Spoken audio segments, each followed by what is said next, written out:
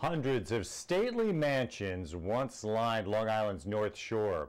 It was known as the Gold Coast, and the homes represented the island's wealthy and privileged class, who started moving out to Long Island back in the 1800s.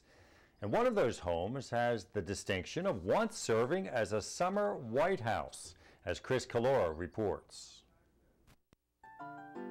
Sagamore Hill in Oyster Bay was built in 1885 by future President Theodore Roosevelt, who wanted a quiet country-style home to raise his children. This home is a Queen Anne type style home.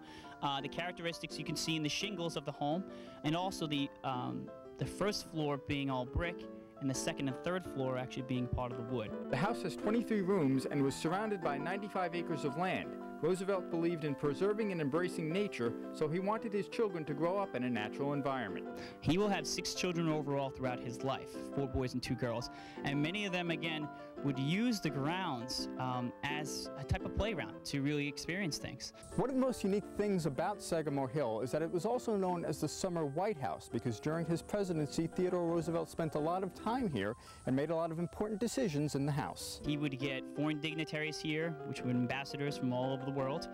He would also get cabinet members, specifically here at Sagamore Hill. They would meet privately with the president in his library. This is also where Theodore Roosevelt will look over presidential decrees and even draft a treaty that helps end the war between Russia and Japan here at Sagamore Hill. Because President Roosevelt spent his summers away from Washington, D.C., he became one of the first presidents to have a telephone installed in his home. He has 2 telephones in the house, one in the pantry and one in his library, so he can be really on call at all times whenever Washington wants to call. Sagamore Hill became a private museum shortly after the death of Roosevelt's widow in 1948.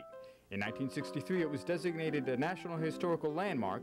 80% of the artifacts in the home are original Roosevelt belongings. This becomes one of the rarest historical homes in the United States, and extremely precious. And as a Long Island gem, a lot of people come up here and they're just so impressed with all the artifacts that we do have, telling his story and telling the family story. Today, the house remains accessible to the public as a National Historic Landmark maintained by the National Park Service, a place where people can go to study and learn about Roosevelt's legacy, as well as his role in local and national history. Really what we do here is try to educate people coming here why Sagamore Hill is so important in history, and why Theodore Roosevelt really remains today as one of the prominent historical figures that we do have in our history. People can come here, they will learn about the policies of Theodore Roosevelt and how not only was he a president, but he was also a family man.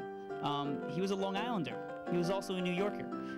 He had an array of jobs that really enlighten us today for the future. In Oyster Bay, Chris Collora, LI News Tonight.